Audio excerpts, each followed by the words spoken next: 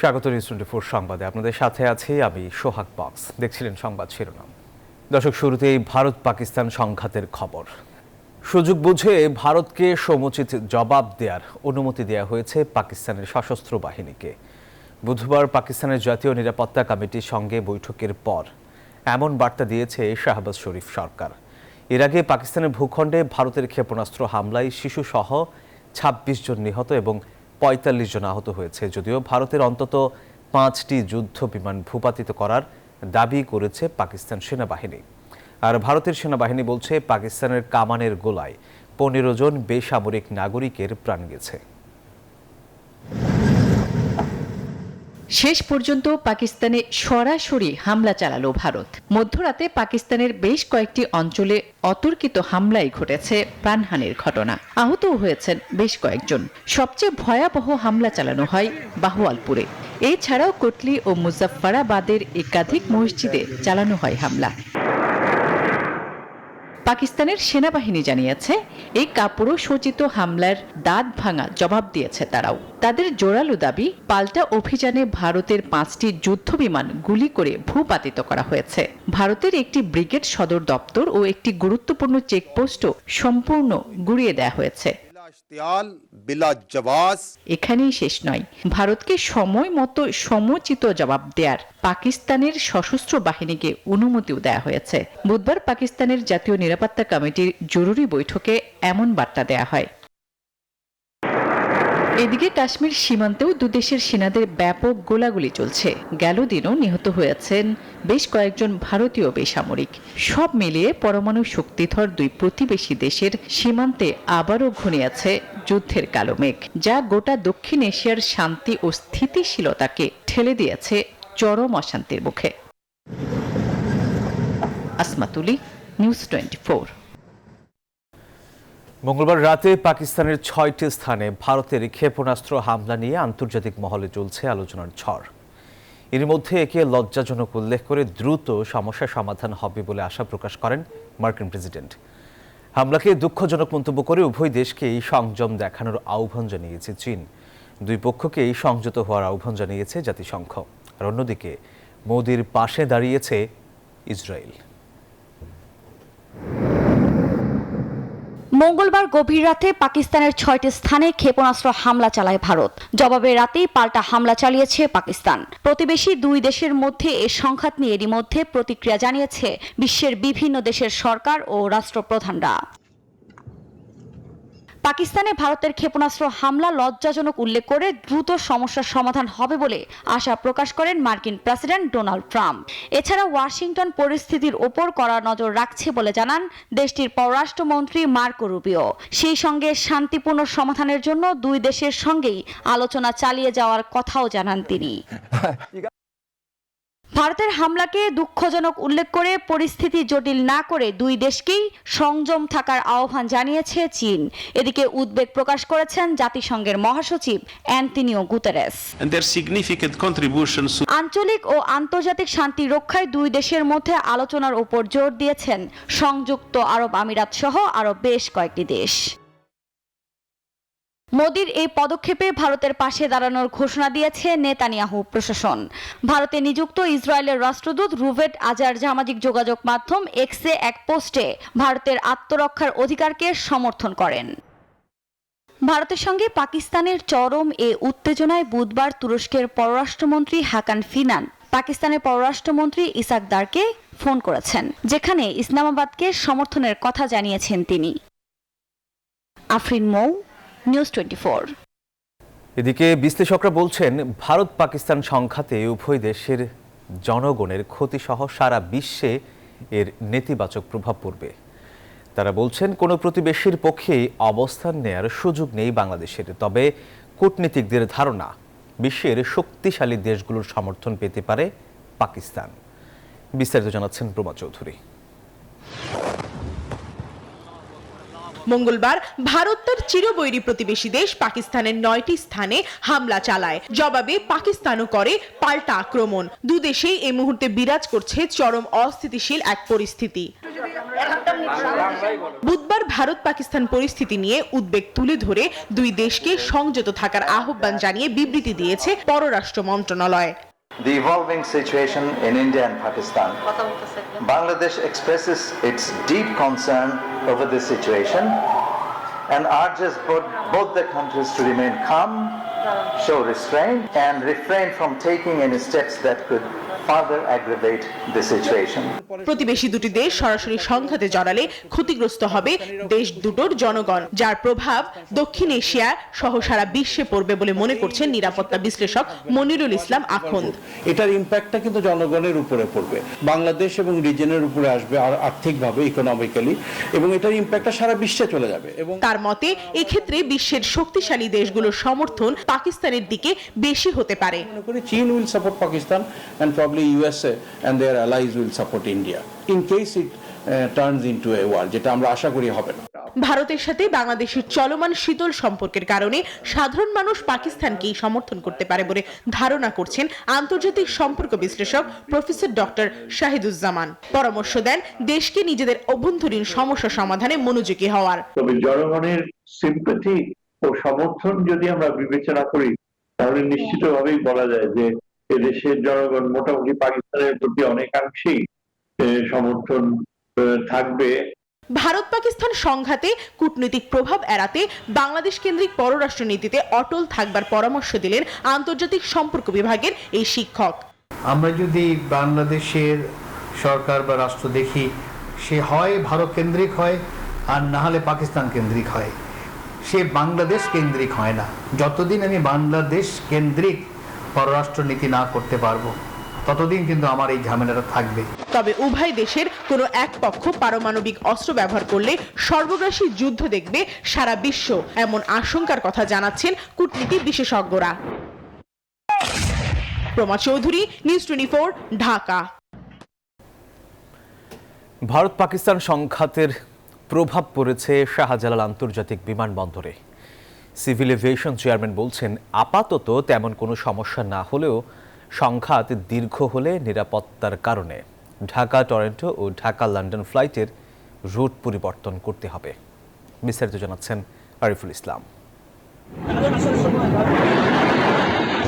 ভারত পাকিস্তান যুদ্ধ পরিস্থিতিতে ভেঙে পড়েছে এ অঞ্চলের আকাশ যাত্রী পরিবহন ব্যবস্থা। বন্ধ ঘোষণা করা হয়েছে কয়েকটি বিমানবন্দর। প্রভাব পড়ছে বাংলাদেশেও। হামলার পর হযরত শাহজালাল আন্তর্জাতিক বিমানবন্দরে 3টি ফ্লাইটের শিডিউল বিপর্যয় হয়েছে। তবে ইসলামাবাদে ফ্লাইটের ক্ষেত্রে আগাম অবগত করতে হচ্ছে বাংলাদেশকে। এছাড়া এখন পর্যন্ত তেমন কোনো সমস্যা হচ্ছে না। যেহেতু গোলাগুলি হচ্ছে ওই এরিয়াতে একটু ইনিশিয়ালি মিসাইল, সকালে একটু আপনার শুনেছেন তো মিসাইল ফায়ারিং হয়েছিল, তো ওই জন্য কিছু কিছু এয়ারলাইন্স, 3টে এয়ারলাইন্স আমার জানা মতে, দুইটা একটা ডাইভার্ট করে দুবাই ল্যান্ড করে গেছে, একটা মানে ইয়ে করেছে। সো টোটাল 3টা ফ্লাইটে একটু ইয়ে আমাদের না, সেটা টার্কিশ এয়ারলাইন্সের ছিল এবং এয়ারলাইন্সের ছিল, সব মিলে একটু এরকম ইয়ে ছিল, বাট সকালে এটা আবার ওরা উইথড্র করেছে। তবে এই সংঘাত দীর্ঘ হলে প্রভাব পড়বে বাংলাদেশে। সেক্ষেত্রে Dhaka to Toronto, Dhaka to London ফ্লাইটে রুট পরিবর্তন করা হবে। বাড়তে পারে বিমান ভাড়া। তেমন কোনো সমস্যা নেই। যদি ওখানে কোনো অস্থিরতা থাকে তাহলে আমাদের বেসিক্যালি যেটা হবে সেটা ঢাকা টরন্টো এবং ঢাকা ইউকে ফ্লাইট যেটা আছে আমাদের, লন্ডন ইংল্যান্ডে যে লন্ডনে যে ফ্লাইটটা যায়, এই 2টা ফ্লাইটে একটু অসুবিধা হতে পারে। সেক্ষেত্রে একটু ডিটুর করা লাগতে পারে, 1 ঘন্টা হয়তো একটু ডিটুর, একটু হয়তো শিফট করে যাওয়া যায় ওই জায়গাটা অ্যাভয়েড করার জন্য ডিটুর, বাট এখন লাগছে না। ঘুরে যায় তাহলে তো ডিস্টেন্স বেড়ে যাবে, ডিস্টেন্সে ফিউল কস্ট বেড়ে যাবে, তো ন্যাচারালি ফিউল কস্টের সাথে তো কস্টিং চলেই আসে। সংঘাত দীর্ঘ হলে নিরাপদে বিকল্প রুটে ফ্লাইট পরিচালনার কথা জানিয়েছে শাহজালাল আন্তর্জাতিক বিমানবন্দর কর্তৃপক্ষ। আরিফুল ইসলাম, নিউজ 24, ঢাকা। খাগড়াছড়ি ও কুড়িগ্রামে সীমান্ত দিয়ে অবৈধ অনুপ্রবেশের দায়ে 110 জনকে আটক করেছে বিজিবি। বুধবার ভোর 4:30টায় খাগড়াছড়ির মাটিরাঙ্গা তাইন্দং সীমান্ত দিয়ে 15 জন, গোমতী ইউনিয়নের শান্তিপুর সীমান্তে 27 জন এবং পানছড়ির লোগান ইউনিয়নের রূপসেন পাড়া সীমান্ত দিয়ে 24 জন মিলে 66 জন ভারতীয়কে আটক করেছে বিজিবি। তাদের দ্রুত ফেরত পাঠানোর চেষ্টা করছে প্রশাসন। অন্যদিকে কুড়িগ্রামের রৌমারী ও ভুরুঙ্গামারী সীমান্তে অবৈধভাবে প্রবেশের সময় 8 বাংলাদেশি সহ 44 জনকে আটক করেছে বিজিবি। 36 জনের বিষয়ে যাচাই বাছাই করছে তারা। কি করলেন?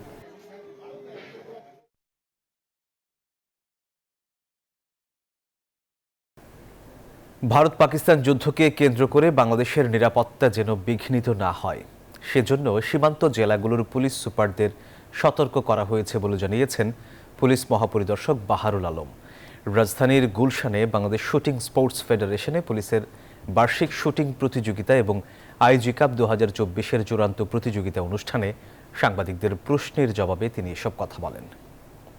যুদ্ধের প্রেক্ষিতে আমরা সীমান্তবর্তী সকল জেলার সকল পুলিশ সুপার 28 এবং মিয়ানমারের সাথে 3, 29 এবং মিয়ানমারের সাথে 2 আমরা সকলকেই অগ্রিম সতর্কবার্তা আগেই দিয়েছি এবং তারা সকলেই সতর্ক আছেন এই ব্যাপারে বলে আমার বিশ্বাস, এবং আমরা সর্বাত্মক চেষ্টা করব অন্তত এর প্রেক্ষিতে যেন আমাদের কোনোভাবে আমাদের নিরাপত্তা বিঘ্নিত না হয়। এখনই রাজনীতির মাঠে সরাসরি নামছেন না বিএনপি চেয়ারপারসন বেগম খালেদা জিয়া, তবে দল ও দেশের যে কোনো প্রয়োজনে দিক নির্দেশনা দিবেন তিনি, রাখবেন গুরুত্বপূর্ণ ভূমিকা।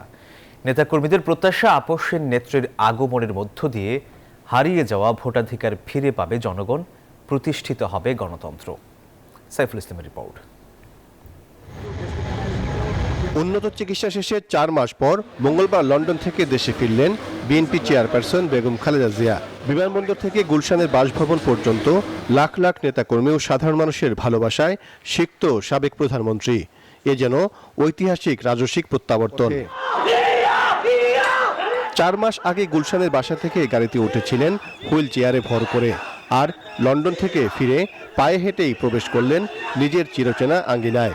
বেগম জিয়ার প্রাণবন্ত উপস্থিতিতে উজ্জীবিত নেতাকর্মীরা।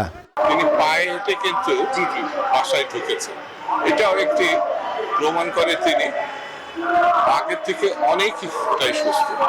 আর আমার ধারণা তিনি যখন মানুষের মধ্যে যাবেন তিনি পরিপূর্ণ সুস্থ হয়ে যাবেন। 2018 সালে মিথ্যা মামলায় কারাবন্দী হয়ে নানা অসুখে জর্জরিত বেগম জিয়া, যে কারণে রাজনীতির মাঠে সরব থাকতে পারেননি। লন্ডনে চিকিৎসা নিয়ে এখন অনেকটা সুস্থ তিনি। বর্তমান বাস্তবতায় বেগম জিয়া কি আবারও সক্রিয় হবেন রাজনীতিতে? ম্যাডাম খালেদা জিয়ার যে স্বাস্থ্যগত অবস্থা, তিনি সুস্থ, কিন্তু দীর্ঘকালের অসুস্থতার জন্যে, বয়সের জন্যে তিনি হয়তো এই মুহূর্তেই রাজনীতির মাঠে নামবেন না বা সেরকম শারীরিক অবস্থা নেই। আপাতত নেতৃত্ব এই যে গত দীর্ঘ প্রায় 1 দশক আমাদের দেশনায়ক তারেক রহমান, ওনার সুযোগ্য সন্তান, তিনি দিয়ে যাচ্ছেন এবং তিনি দিয়ে যাবেন। এটা আমরা মনে করি তার উপস্থিতি বাংলাদেশের ভবিষ্যৎ গণতান্ত্রিক উত্তরণে আমাদের জন্য শক্তি, সাহস এবং নির্দেশনা অবশ্যই তিনি দেবেন। গত 15 বছর ভোটের অধিকার থেকে বঞ্চিত মানুষ। 5 আগস্ট হাসিনা সরকারের পতন হলেও নির্বাচন কবে তা নিয়ে এখনও সংশয়। এমন বাস্তবতায় খালেদা জিয়ার ফেরাকে সংকট উত্তরণে টার্নিং পয়েন্ট হিসেবে দেখছে বিএনপি। বেগম খালেদা জিয়া দেশে প্রত্যাবর্তন করার মধ্য দিয়ে জনগণ তাদের প্রত্যাশিত ভোটাধিকার ফিরে পাবে, গণতান্ত্রিক বিধি ব্যবস্থা আবার প্রতিষ্ঠিত হবে। এই বিশ্রামে থাকা অবস্থায়ও তিনি বাংলাদেশে আছেন, এটাই বাংলাদেশের মানুষের জন্য সুখবর যে যে কোনো সংকটে তিনি আবার ত্রাতার ভূমিকা পালন করবেন। আজীবন গণতন্ত্র ও দেশের মানুষের জন্য আপসহীন ভূমিকা রেখেছেন বেগম জিয়া। এবারও তার ব্যতিক্রম হবে না বলে মনে করে বিএনপি। দেশনেত্রী বেগম খালেদা জিয়া বাংলাদেশের মানুষের আবেগ, এদেশের গণতন্ত্রের রক্ষা কবচ, স্বাধীনতা, সার্বভৌমত্বের প্রতীক। দেশে থাকা অবস্থায় লন্ডন ক্লিনিকের চিকিৎসক ও এভার কেয়ার হাসপাতালের মেডিকেল বোর্ডের পরামর্শে চলবে বেগম জিয়ার চিকিৎসা। সাইফুল ইসলাম, নিউজ 24, ঢাকা। এবার বিমানবন্দরে উন্নয়নের নামে হাজার কোটি টাকা লুটপাটের অভিযোগ অনুসন্ধানে ক্ষমতাচ্যুত সাবেক প্রধানমন্ত্রী শেখ হাসিনাকে তলব করেছে দুর্নীতি দমন কমিশন। সংস্থাটি বলছে, জিজ্ঞাসাবাদের জন্য তলবে হাজির না হলে আত্মপক্ষ সমর্থনের সুযোগ হারাবেন হাসিনা। বুধবার দুদকের পক্ষ থেকে এক সংবাদ সম্মেলনে এই তথ্য জানানো হয়। একই অভিযোগে তৎকালীন বিমান প্রতিমন্ত্রী ও সচিবকেও তলব করেছে দুদক। আওয়ামী লীগ সরকারের 15 বছরের শাসনামলে দেশের বিভিন্ন বিমানবন্দর উন্নয়নের নামে হাতে নেওয়া হয় একাধিক প্রকল্প। কেবল 2023 সালে 8টি বাণিজ্যিক বিমানবন্দর উন্নয়নে ব্যয় ধরা হয়েছিল প্রায় 32,500 কোটি টাকা। ওইসব উন্নয়ন প্রকল্পে শেখ হাসিনা সহ সরকারের সংশ্লিষ্ট কর্মকর্তাদের বিরুদ্ধে হাজার কোটি টাকা লুটপাটের প্রাথমিক প্রমাণ পেয়েছে দুর্নীতি দমন কমিশন।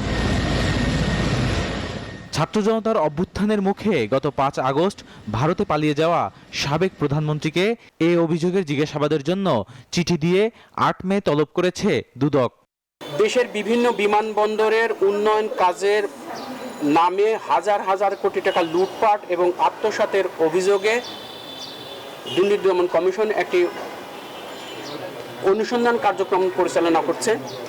এরই অংশ হিসাবে আগামীকাল সাবেক প্রধানমন্ত্রী জনাব শেখ হাসিনাকে ব্যক্তিগত শুনানির জন্য আগামীকাল তলব করা হয়েছে। একই অভিযোগে সাবেক বিমান প্রতিমন্ত্রী মাহবুব আলী ও সাবেক সিনিয়র সচিব মুহিবুল হক সহ সংশ্লিষ্ট 8 জনকে তলব করা হয়েছে।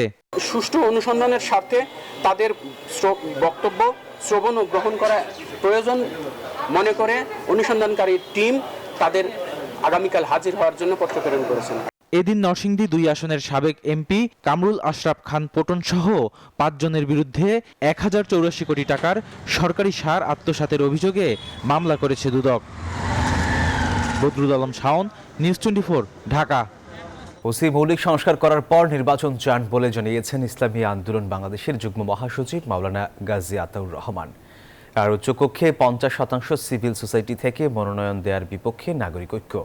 বুধবার জাতীয় সংসদের এলডি হলে জাতীয় ঐকমত্য কমিশনের সাথে বৈঠকে দল দুটির নেতারা এসব কথা বলেন। শুধুমাত্র নির্বাচনের জন্য সংস্কার চান না বলে জানায় ইসলামী আন্দোলন। বলেন ঐকমত্য কমিশন সংস্কার শেষ করবেন বলে প্রত্যাশা তাদের। ঐকমত্য কমিশনের সহসভাপতি আলী রিয়াজ বলেন, রাজনৈতিক দল ও জনগণের মত পার্থক্য এবং মতামতকে বিবেচনা করে ঐকমত্যে পৌঁছাতে চান। কমিশনের 130টি সুপারিশে পুরোপুরি ও 6টিতে আংশিক একমত বলে লিখিতভাবে জানিয়েছে ইসলামী আন্দোলন। আর নাগরিক ঐক্য জানায় উচ্চকক্ষে রাষ্ট্রপতির হাতে 5 জন মনোনয়ন দেওয়ার বিপক্ষে তারা। কাস্টিং ভোটের 1% ভোট পেলে উচ্চকক্ষের রাজনৈতিক দলের প্রতিনিধি রাখার প্রস্তাব তাদের।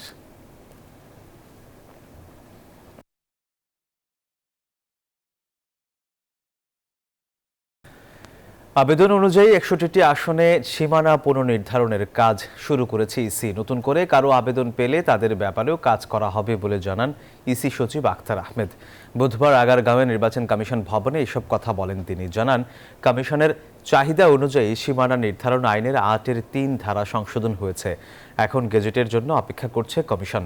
তিনি আরও বলেন, 61টি আসনের 405টা আবেদন আছে সীমানা পুনর্নির্ধারণ সংক্রান্ত। প্রাথমিকভাবে এই 61টি আসন নিয়ে প্রাথমিক পর্যবেক্ষণ হবে। আবেদনগুলো যৌক্তিক কিনা তা পর্যালোচনার পর বলা যাবে। তিনি জানান, এটি একটি চলমান প্রক্রিয়া, তবে দ্রুততম সময়ের মধ্যে এই কাজ শুরু হবে সীমানা পুনর্নির্ধারণের।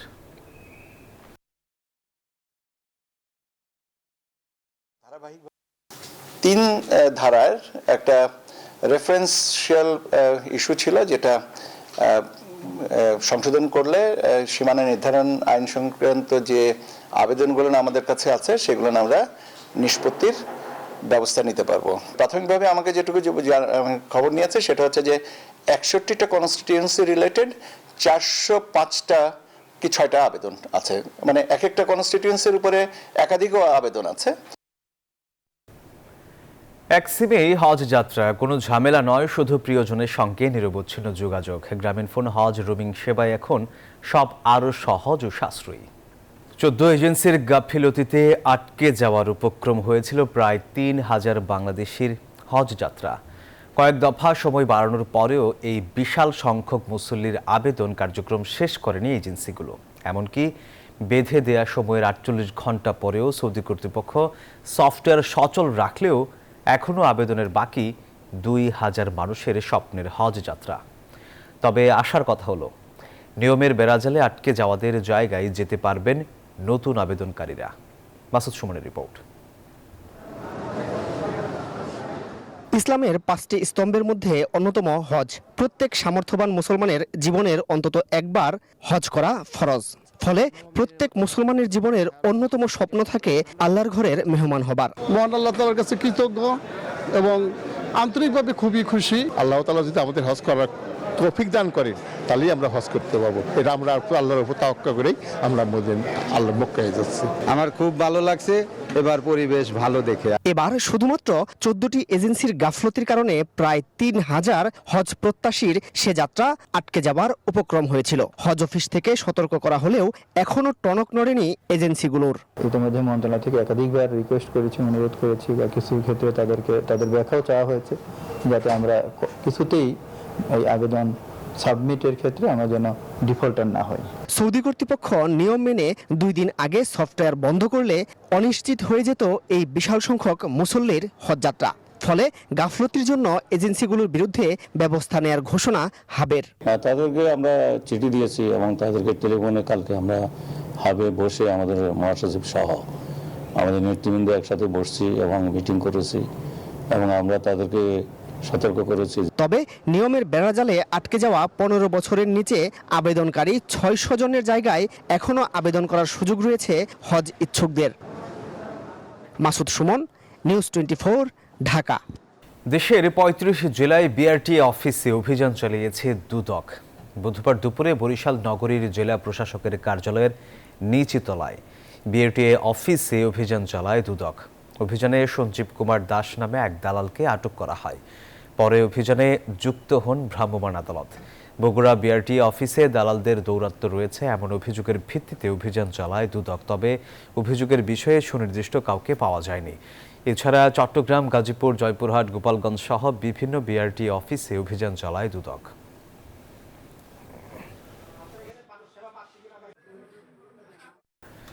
এবারে অর্থ বাণিজ্য সংবাদ। এই মুহূর্তে সরকারের গ্যাস এবং বিদ্যুতের দাম বাড়ানোর চিন্তা নেই বলে জানিয়েছেন বিদ্যুৎ ও জ্বালানি উপদেষ্টা ফজলুল কবির খান। বলেন, সংকট থাকলেও জনস্বার্থে এই সিদ্ধান্ত নেওয়া হয়েছে। বিকেলে সচিবালয়ে শিল্প কারখানায় গ্যাসে সরবরাহ নিয়ে ব্যবসায়ীদের সাথে বৈঠক শেষে এসব জানান তিনি। বলেন, দেশীয় গ্যাসের উৎপাদন বাড়াতে এলএনজি আমদানির সিদ্ধান্ত নেওয়া হয়েছে। সংকট মেটাতে শিল্পে বাড়তি 250 মিলিয়ন ঘনফুট গ্যাসে সরবরাহের সিদ্ধান্ত নেওয়া হয়েছে বলে জানান তিনি।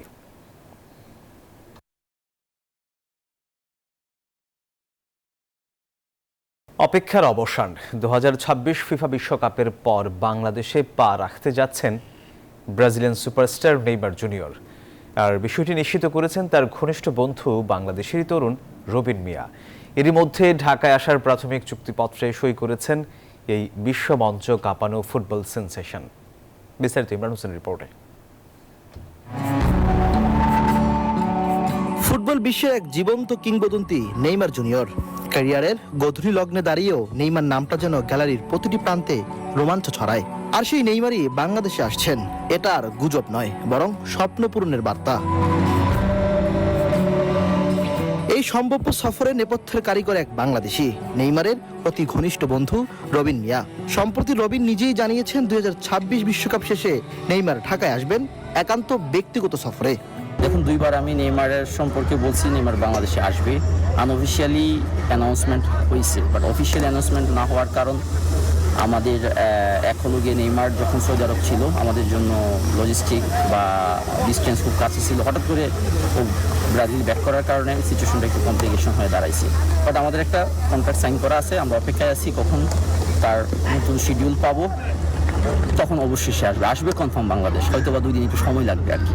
ব্রাজিলের সবশেষ ম্যাচে গ্যালারিতে ছিলেন রবিন নিজেও। ব্রাজিলের হতাশাজনক পারফরমেন্সে আক্ষেপ থাকলেও আশা ছাড়ছেন না তিনি। তবে ফুটবল তো এমনই উত্থান আর পতনের নাট্যশালা, সামনে নিশ্চয়ই আসবে নতুন সূর্যোদয়। একটা দলের সবসময় কিছু ভালো মুহূর্ত থাকে, খারাপ মুহূর্ত থাকে। ব্রাজিল তার ইতিহাসের সবচেয়ে খারাপ মোমেন্ট এখন পাস করতেছে।